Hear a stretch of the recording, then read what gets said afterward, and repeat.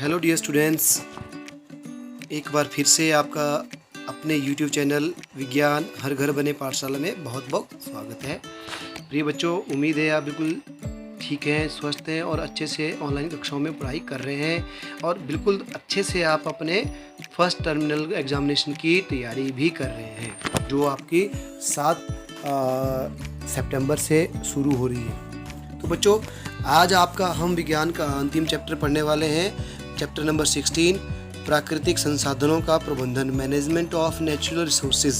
ठीक है, तो ये जो आपका चैप्टर है ये भी आपका फर्स्ट टर्मिनल एग्जामिनेशन में आएगा। तो चलिए इसको हम आराम से धीरे धीरे और अच्छी तरह से हर टॉपिक को कवर करते हुए पढ़ेंगे।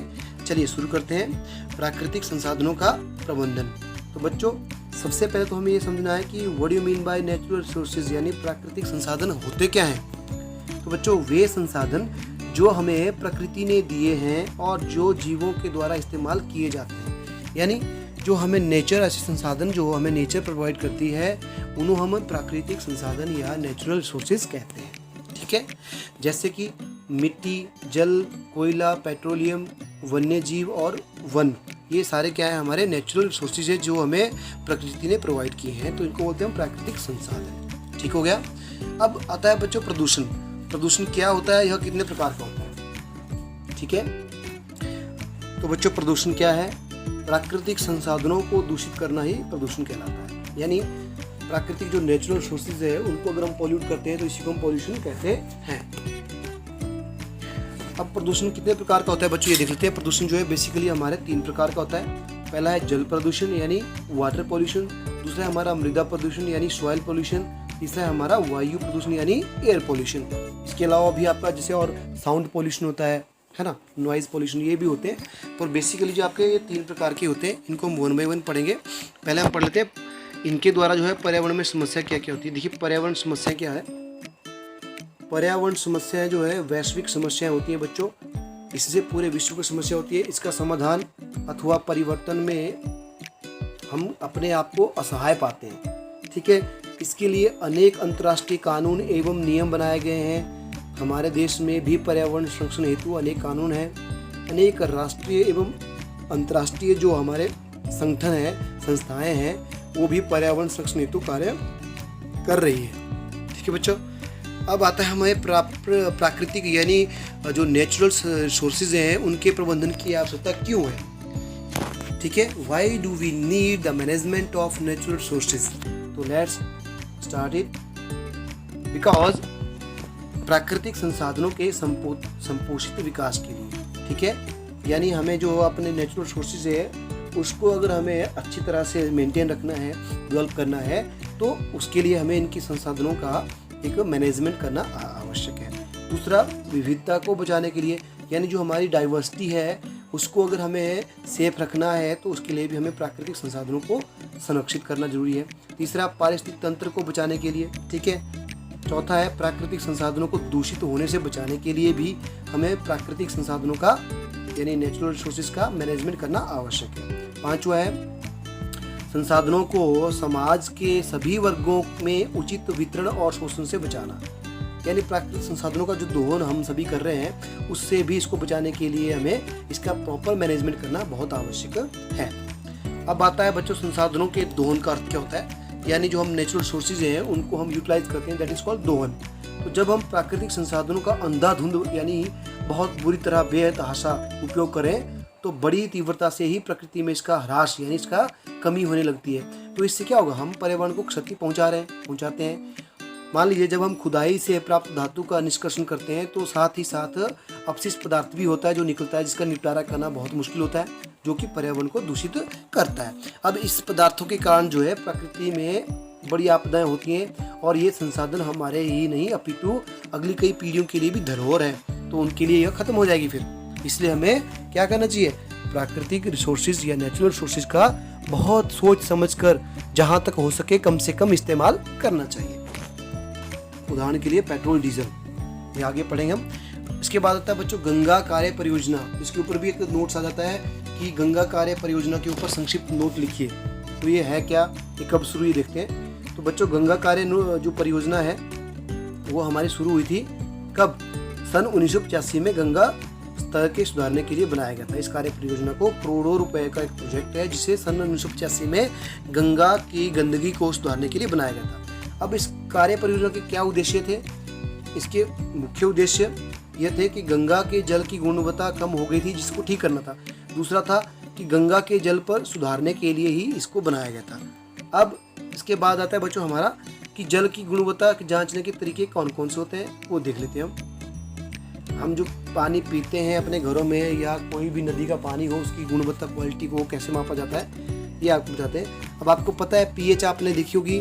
पीएच क्या होती है? पावर ऑफ हाइड्रोजन आयन, यानी एक पीएच स्केल होता है जिसमें जो है किसी भी वस्तु की जो है उसके गुण यानी वो अम्लीय है या क्षारीय है उसका पता चलता है। तो पीएच क्या होगी? अब पीएच से हम आसानी से जो है जो सार्व सूचक है जो आपका यूनिवर्सल जो इंडिकेटर होता है उसके द्वारा हम पीएच का पता लगा सकते हैं। पानी का एक पेपर होता है आपको पता ही है, पीएच पेपर होता है। अगर हम उसके ऊपर पानी की बूंद रखें तो हमें पता लग जाएगा, जो भी वो कलर दिखाएगा पीएच स्केल के साथ मैच करेंगे और उसी के साथ उसका कलर हम देख के पता लगा लेंगे इसकी पीएच कितनी है। अब पीएच पता ही आपको 0 से लेकर 6 तक जो होती है वो होती है आपकी अम्लीय प्रकृति की, ठीक है। तो सबसे कम होती है जो होती है वो होती है 1, यानी सबसे ज़्यादा अम्लीय होगा वो 1, 6 थोड़ा कम, 5 थोड़ा कम ज़्यादा, और 4 थोड़ा ज़्यादा, 3 और थोड़ा ज़्यादा, 2 और ज़्यादा, और सबसे ज़्यादा अम्लीय होगा 1। और 7 जो होगा वो होगा आपका न्यूट्रल, यानी वो होगा आपका क्या होगा वो, उस पर कोई आपका ना वो अम्लीय होगा ना क्षारीय होगा, वो न्यूट्रल होगी पीएच उसकी, ठीक है। तो उसके बाद आता है हमारा क्षारीय। तो 7 से लेकर 14 तक की जो हमारी रेंज होती है पीएच की वो होती है क्षारीय। तो बच्चों इसके द्वारा हम पीएच के पेपर के द्वारा जो है पानी की पीएच देख सकते हैं। दूसरा, जल में कोलिफॉर्म यानी जो हमारे बैक्टीरिया होते हैं, जीवाणु होते हैं, कोलिफॉर्म होते हैं, उसकी उपस्थिति को मानव की आंत्र में पाया जाता है। यानी ये मानव की जो छोटी आंत होती है उसमें पाया जाता है इसकी उपस्थिति, जल का संदूषित होना। अगर हमारी आंत में अगर ये पाया जाए इसका मतलब है कोलिफॉर्म जो है पानी में पाया गया, जो पानी हम पी रहे हैं तो पानी हमारा खराब है। तो इस तरीके से हम जल की जाँच की गुणवत्ता कर सकते हैं। उसके बाद बच्चों आता है हमारा 3R का सिद्धांत। 3R क्या है? What is the 3R principle और व्हाट इज इट्स बेनिफिट। तो ये हमारा 3R का सिद्धांत है। ये कहीं भी हम दैनिक कार्य में कहीं भी यूटिलाइज कर सकते हैं और अपने पर्यावरण को या अपने जो हमारे ख़त्म होने वाले नेचुरल रिसोर्सेज है उनको हम बचा सकते हैं। तो 3R का मतलब क्या है बच्चों? 3R। पहला R का अर्थ होता है रिड्यूस, यानी कम प्रयोग करना, किसी भी पदार्थ का कम प्रयोग करना, उसको रिड्यूस करना, उसकी यूटिलाइज को। दूसरा R होता है रिसाइकल, यानी उसको पुनः हमने क्या करना है? चक्रण करना है, उसका पुनः दोबारा चक्रण करना है। और तीसरा R होता है हमारा रीयूज। तो इसका मतलब होता है हमें दोबारा वो यूज़ करना है, एक बार यूज़ कर दिया फेंकना नहीं है, उसको हम दोबारा यूज़ कर सकते हैं, ठीक है। इसके अलावा एक और होता है R आपका, उसको बोलते हैं रिकवर, यानी वो पुनः प्राप्त किया जाता है। तो रिकवर का मतलब पुनः प्राप्त करना। तो ये 4 R है बेसिकली। तो 3R अगर आपके पास 3R ही बोलेंगे आप। ये थे 3R का सिद्धांत। 3R का सिद्धांत क्या बोलता है कि इसमें पहला R है रिड्यूस, कम प्रयोग करना, दूसरा है आपका रीयूज, पुनः प्रयोग करना, तीसरा है रिसाइकल यानी पुनः चक्रण करना, ठीक है बच्चों। अब इसका रिड्यूस कम प्रयोग करना, देखिए संसाधनों से हम कम से कम प्रयोग करें और व्यर्थ ना गवाएं, इसे ही हम रिड्यूस यानी 3R का पहला R कहते हैं। और इसे कम उपयोग से हम प्रदूषण को भी कम कर सकते हैं, ठीक है। दूसरा है आपका रिसाइकल, यानी दूसरा R है आपका रिसाइकल यानी पुनः चक्रित करना। तो पुनः चक्रित करने का मतलब क्या हुआ कि जैसे प्लास्टिक है, कागज़ है, कांच की धातु की वस्तुएं हैं, इनको हम रिसाइकिल करेंगे, पुनः चक्रित करेंगे तो दोबारा उपयोग कर सकते हैं, ठीक है।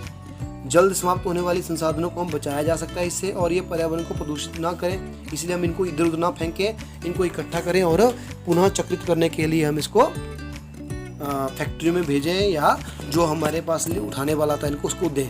उसके बाद आपका रीयूज़ यानी पुनः प्रयोग करना। तो रीयूज़ का मतलब होता है बच्चों, अब कोई चीज़ है हमने उसको खरीद लिया है, एक बार उसको हमने यूज़ कर लिया तो उसको फेंक ना दें, उसको हम जैसे प्लास्टिक की बोतल है हमने इसको ले लिया तो पानी, वैसे तो प्लास्टिक यूज़ कम करना चाहिए, लेकिन अगर ले ही लिया है तो हम उसको एक बार यूटिलाइज़ करें, फेंक ना दें, उसको हम साफ़ करें और बार बार उसको हम किसी और चीज़ के लिए यूटिलाइज़ कर सकते हैं। इससे क्या होगा कि हमें प्राकृतिक संसाधनों का ज़्यादा हानि नहीं पहुँचाएंगे और पर्यावरण प्रदूषण भी कम होगा, ठीक है बच्चों।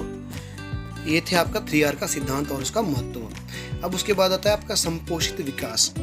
संपोषित विकास क्या होता है? देखिए, संपोषित विकास का मतलब संकल्पना से ये है कि ऐसा विकास जो पर्यावरण को बिना नुकसान पहुंचाए मनुष्य की वर्तमान आवश्यकताओं की पूर्ति करे और विकास के साथ साथ आने वाली जो हमारी जनरेशन है उनके लिए भी संसाधनों को संरक्षित करे।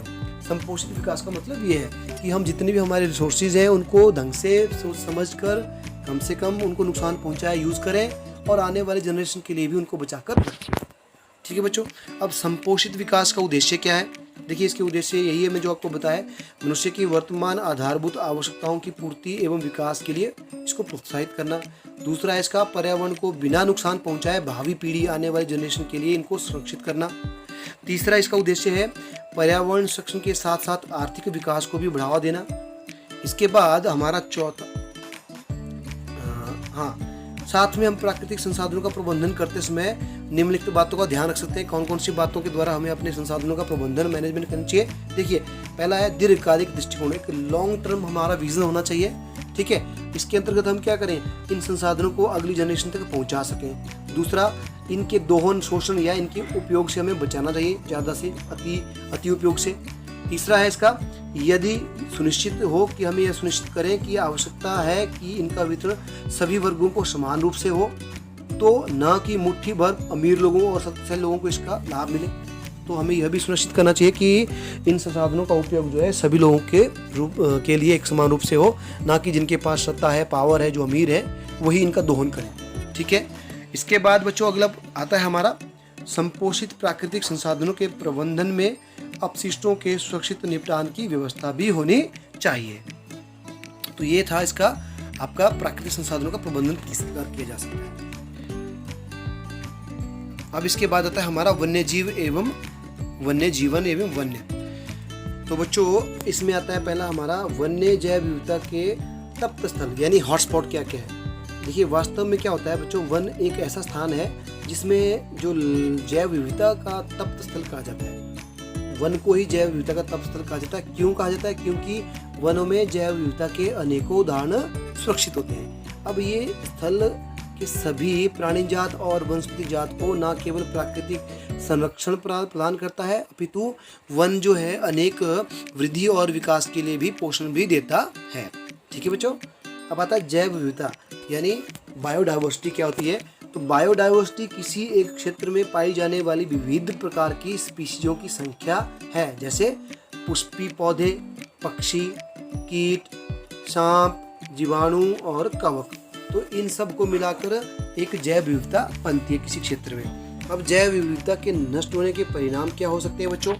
अगर ये जैव विविधता नष्ट कर दे हम तो क्या क्या नुकसान हो सकता है? देखिए, प्रयोगों और वस्तुस्थिति के अध्ययन से हमें यह पता चलता है कि अगर डाइवर्सिटी को हम नष्ट कर देते हैं तो पारिस्थितिक स्थायित्व ही खत्म हो जाता है, क्योंकि किसी पारिस्थितिक तंत्र में उपस्थिति जैव और अजैव घटक उस पारिस्थितिक तंत्र को संतुलन प्रदान करते हैं। ठीक है, तो जैसे ही हम ये जैव विविधता नष्ट करेंगे, पारिस्थितिक तंत्र में असंतुलन उत्पन्न होगा और यह उसे नष्ट कर देगा। तो ये परिणाम हो सकते हैं जैव विविधता को खत्म करने के।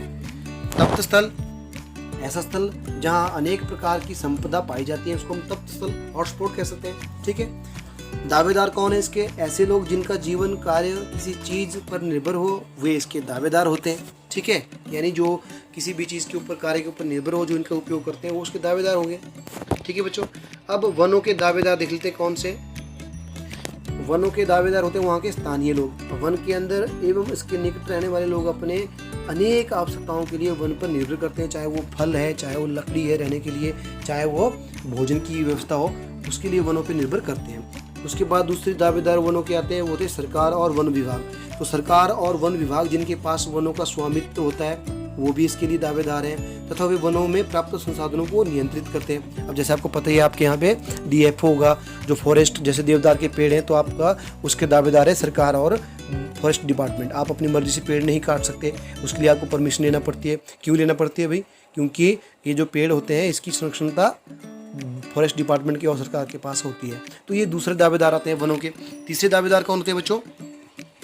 वन उत्पादों पर निर्भर व्यवसायी, जो वन उत्पादों के ऊपर अपनी इंडस्ट्री चलाते हैं, वे तीसरे दावेदार होते हैं। तो ऐसे छोटे मोटे व्यापारी जो तेंदुपत्ती से बीड़ी बनाते हैं, ठीक है, और कागज़ बनाते हैं, कागज़ मिलें चलाते हैं, वे सभी जो है वनों के उत्पाद पर निर्भर करते हैं। परंतु वनों के किसी एक क्षेत्र पर निर्भर नहीं रहते। तो ये हो गए तीसरे दावेदार। चौथे दावेदार कौन आते हैं बच्चों उसके? वन्य जीव और पर्यावरण प्रेमी। तो ये चौथे आते हैं। वन्य जीवन एवं प्रकृति प्रेमी जो प्रकृति का संरक्षण करना चाहते हैं, इसकी आद्य व्यवस्था को करना चाहते हैं, वो इसके चौथे दावेदार आते हैं। ठीक है बच्चों, ये थे वनों के दावेदार। अब इसके बाद आता है आपका मानव गतिविधियों से जो वनों को प्रभावित करती हैं। ऐसी कौन कौन सी गतिविधियां? देखिए आपको पता ही, इसकी बताने की जरूरत है नहीं, फिर भी बताता हूँ। स्थानीय लोग, आपको पता ही है, हम लोग ईंधन के लिए लकड़ी निकालते हैं जलाने के लिए, ठीक है, तो हम काफ़ी मात्रा में इसकी उपयोग करते हैं वनों का। दूसरा, झोंपड़ियाँ, घर बनाने के लिए, भोजन इकट्ठा करने के लिए भी हम या भंडारण करने के लिए लकड़ी का उपयोग करते हैं। ये है मानव गतिविधियाँ जो वनों को प्रभावित करती है। ठीक है बच्चों, इसके अलावा खेती और औजार एवं दूसरे जो हमारे अन्य उपयोगी संसाधन हैं जो हम वनों से प्राप्त करते हैं, उसके लिए भी हम वनों पर निर्भर करते हैं। चौथा, औषधियाँ और पशुओं के लिए चारा। तो ये चार हमारे जो है यूजेस हैं जिसके हमें वनों के ऊपर डिपेंड रहना पड़ता है। ठीक है बच्चों, अब उसके बाद आता है आपका अम्लीय वर्षा का वनों एवं कृषि के ऊपर प्रभाव। इसको पढ़ लेते हैं हम। अम्लीय वर्षा का वनों एवं कृषि के ऊपर क्या प्रभाव पड़ता है, चलिए देख लेते हैं। अम्लीय वर्षा एवं कृषि पर प्रभाव। जब वर्षा होती है बच्चों तो उसमें सल्फर और नाइट्रोजन ऑक्साइड मिल जाते हैं और पानी के साथ यह मिलकर जो है पानी के रूप में नीचे बरसते हैं वर्षा के रूप में, तो इसको बोला अम्लीय वर्षा बोलते हैं। यानी जब फैक्ट्रियों और दूसरे वाहनों से जहरीली गैसें आसमान में जाती है हवा के माध्यम से, कौन कौन सी? Sulphur oxide, sulphur nitrogen dioxide, वो पानी के साथ हवा के साथ ऊपर उड़ती हैं और बादलों के साथ मिक्स होकर छोटी छोटी जल की बूंदों में बदल जाती हैं। फिर ये जल की बूंदें जो बारिश के रूप में नीचे आती हैं, तो ये एसिड जो है सल्फर डाइऑक्साइड और नाइट्रिक अम्ल, सल्फ्यूरिक अम्ल और नाइट्रिक अम्ल के रूप में नीचे गिरती हैं। इसी को हम अम्लीय वर्षा कहते हैं। ठीक है, अब ये अम्लीय वर्षा क्या करती है? कृषि उत्पादकता को कम करती है, वनों को प्रभावित करते हैं, और जब ये अम्ल हरे पत्तों पर पड़ते हैं तो पत्तों के साथ साथ पौधे भी इनको सूख जाते हैं। तो ये थे इसके अम्लीय वर्षा। उसके बाद आता है हमारे संसाधनों के दोहन। जब हम संसाधनों का दोहन अंधाधुंध तरीके से करते हैं बच्चों, तो क्या होता है आपको पता ही है, बड़ी मात्रा में ये घटने लग जाते हैं और इनके संसाधनों को दोहन करते हैं। तो संसाधनों का दोहन क्या होता है? Natural resources, when we using natural resources without thinking for our future generation, without thinking about the harmful effect to our society, then that is called usages of natural resources. इसको हम बोलते हैं हम इसका संसाधनों का दोहन। अब इसके दोहन से क्या क्या हानियाँ होती है देख लेते हैं। इसके दोहन से, संसाधनों के दोहन से देखिए हमें पर्यावरण को क्षति पहुंचाते हैं। जब हम खुदाई से प्राप्त धातु का निष्कर्षण करते हैं तो धातु के साथ, ये मैंने पहले बताया, बहुत सारी चीज़ें होती है जो प्रदूषित हो जाती हैं, तो वो नष्ट करती है। तीसरा, ये संसाधन हमारे नहीं अपितु पीढ़ियों के लिए भी खत्म होने वाली चीज़ें, इसलिए हमें पीढ़ियों तक को बचा के रखना चाहिए। ये वंचित हो जाएंगे आने वाली पीढ़ियाँ, तो ये इसके नुकसान है। उसके बाद बच्चों ये था आपके संसाधनों का दोहन। फिर आता आपका चिपको आंदोलन यानी चिपको मूवमेंट। ये आपने अपने सामाजिक विज्ञान में भी पढ़ा होगा। तो चिपको आंदोलन कब हुआ था बच्चों? ये एक रैनी नामक गांव की कहानी है। यह आंदोलन गढ़वाल के एक रैनी नामक गांव में सन 1970 में प्रारंभिक दशक में हुआ था। यानी सन 1970 के प्रारंभिक दशक मतलब हुआ 72, 73 या 71, 74 में हुआ था। तो लकड़ी के ठेकेदारों ने क्या किया था, गाँव के समीप वृक्षों को काट रहे थे। तो उस गाँव में उस वक्त पुरुष बिल्कुल नहीं थे, यानी गांव के जो लोग थे वो मुखिया जो थे और पुरुष लोग थे वो कोई नहीं थे, वहाँ पे केवल औरतें ही थी। तो इस बात से निडर महिलाएं फौरन वहाँ पहुँची, वो डरी नहीं और पेड़ों को अपनी बाहों में भर लिया उन्होंने और पेड़ों से चिपक गई। ठीक है, और ठेकेदार को उन्होंने कहा कि भाई तू अगर पेड़ों को काटना चाहता है तो पहले हमें मारो। तो ठेकेदार जो है विचलित होकर वहाँ से रुक गया और वो इसको काम रोकना पड़ा। तो इसी आंदोलन के नाम को हम चिपको आंदोलन के नाम से जानते हैं। और यह आंदोलन तीव्रता से बहुत समुदायों में फैला और सरकार को वन्य संसाधनों के उपयोग के लिए प्राथमिकता निश्चित करके उन्हें पुनः विचार करने पर मजबूर कर दिया। तो यह आंदोलन चिपको आंदोलन के नाम से प्रसिद्ध हुआ। चलिए बच्चों, आज की वीडियो को हम यहीं ख़त्म करते हैं। और आज के वीडियो में हमने जो जो टॉपिक्स पढ़े, मुझे उम्मीद है आपको अच्छे से समझ आए होंगे। आज का वीडियो आपको अच्छा लगा होगा। ये जो नोट्स है बच्चों किताब से थोड़ा हटके हैं लेकिन सिंपल भाषा में है ताकि आप अच्छे से हर चीज़ को समझ सकें।